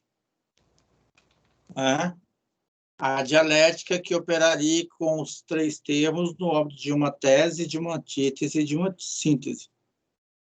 Na verdade, ele não faz isso, né? Ele deixa essa dialética aberta, sem síntese. E esse é o motivo pelo qual nós também dizemos que ele permanece ao nível da proposição de Kojève, e entende a dialética dos três tempos do Kojève como uma dialética, como é que eu falei antes? Se vocês puderem me ajudar, uma dialética do descontínuo, que é justamente isso que irrompe. E nós nunca vamos saber quanto que irrompe, só que irrompe. E ela tem que dar conta quando irrompe.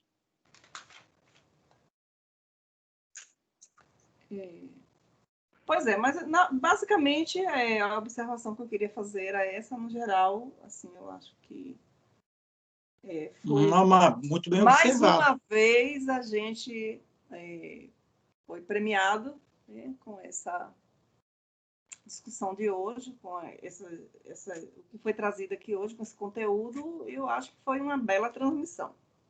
Obrigado. Também para isso, e vocês nos ajudando sempre, vamos mais longe ainda. Joaquim está coçando ali, tem algo para sair. Os outros não estão vendo, não estão aí comentando também. Viu? Eu só posso concluir que tudo isso aqui está ótimo. Olha o simbólico. Tava tão confortável, estava tudo encaixadinho, tudo legal. Agora, né? No sentido de me fez, está me colocando para pensar, entender tudo isso, né? Esses elementos aí, frustração, desejo, imaginário, mexeu muito comigo agora. E aí, eu estava pensando, né? A dialética tradicional, a tese, antítese, tese, né? Esses três elementos, me parece que isso é muito acabadinho, né? Vai numa linha linearidade. Aqui não, essa coisa descontínua. Então é muito interessante, eu estou gostando muito disso aí.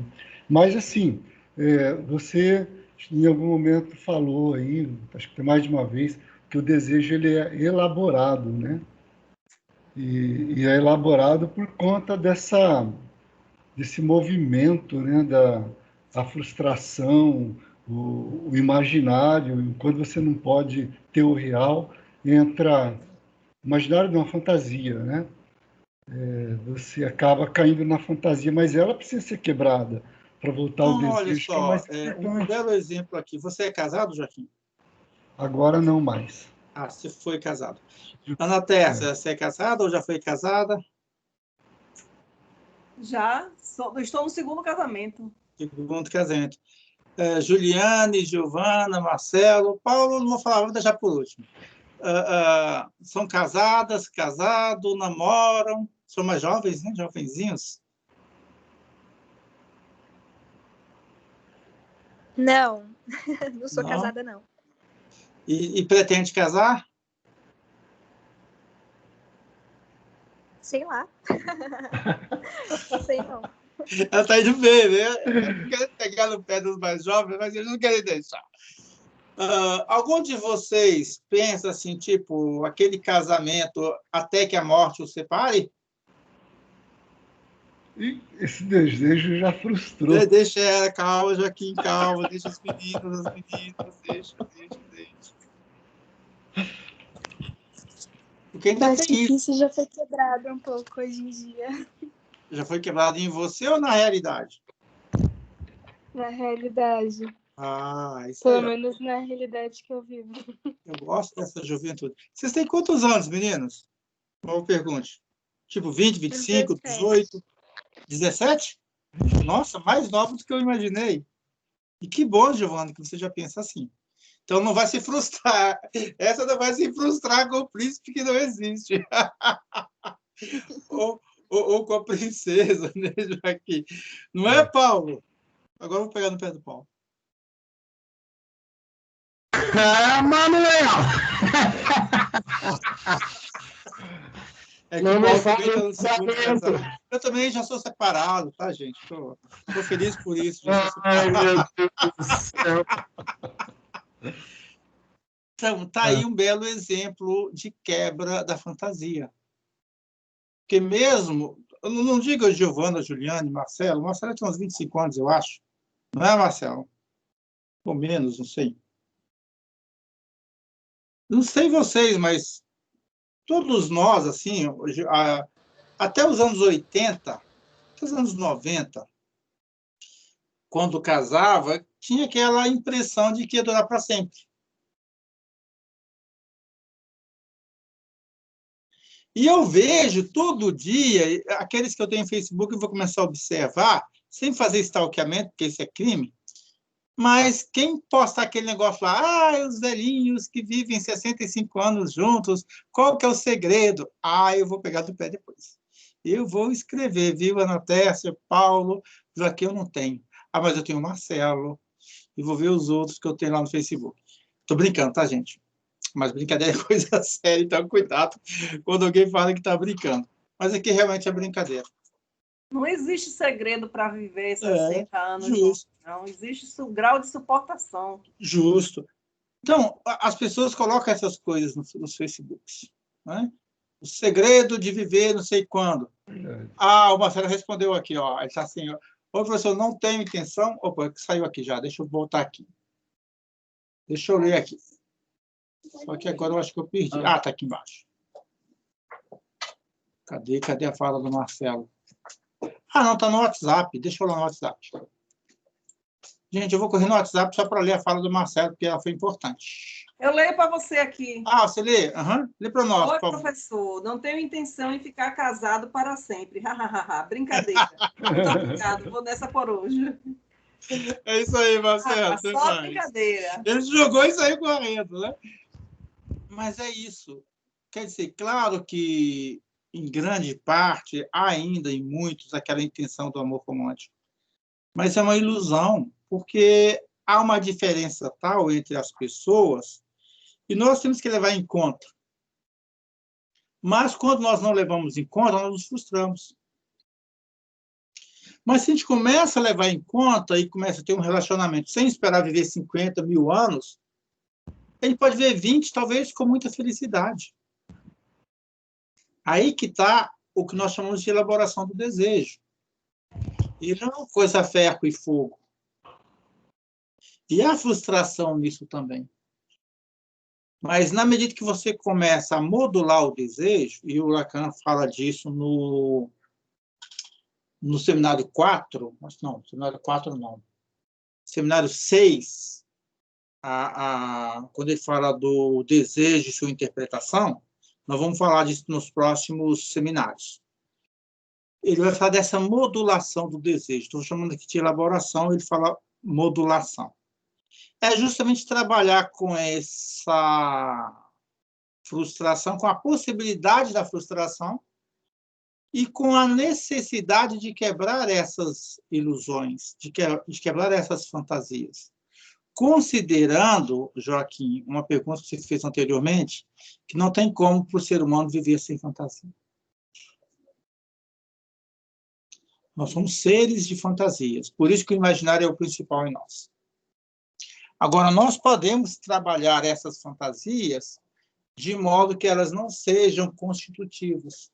Isto é, nós não vejamos ela como realidades. Nós não vejamos a fantasia como sendo o real, mas como fantasia, que pode ser ou não ser o caso. E aí, se ela se quebra, nós não entramos em parafuso. Mas nós entendemos que um relacionamento que durou 1 ano, que bom que durou 1 ano. Que durou 3 meses, que bom que durou 3 meses. Você viveu intensamente aquele relacionamento. Para ficar só nessa coisa do amoroso, do casamento. A mesma coisa ocorre com a criança, por exemplo, quando começa a desmamar. Quando começa a tirar a fralda. Quando começa a dormir no próprio berço. Ela faz isso por um jogo de frustração e tentativa de readaptação ao mundo. Por isso, agora não é o Lacan, mas um outro psicanalista, o Winnicott, ele fala da mãe suficientemente boa, que é aquela mãe que se sabe incapaz de realizar tudo aquilo que o bebê precisa com perfeição. Então, ela vai se frustrar, e ela se frustra. Mas isso é importante para o bebê, porque ela nunca vai dar conta daquilo que ele precisa à perfeição. Porque é ele que tem que fazer e não ela. Então, a adaptação ao mundo é algo dele, não dela. E ela vai ser uma mãe boa quando ela deixa ele se frustrar e se adaptar ao real, ao mundo, segundo aquilo que ele começar a imaginar desse mundo, começar a simbolizar desse mundo. Mas isso a gente fala a partir da próxima semana. Beleza? Eu agora vou tirar a gravação. Agradeço a todas as presentes, a todos os presentes, e voltamos daqui a 15 dias, ainda com esse tema, mas fazendo a passagem para a dialética do desejo. Você quer falar alguma coisa, Paulo, ainda na gravação? Não, só queria dar tchau. Beleza, então. Tchau para todas, para todos. Joaquim, Giovana, Ana Tércia. Tchau, foi ótimo. E para todos os outros que vieram conosco. Obrigado. Obrigada. Tchau, boa noite. Tchau.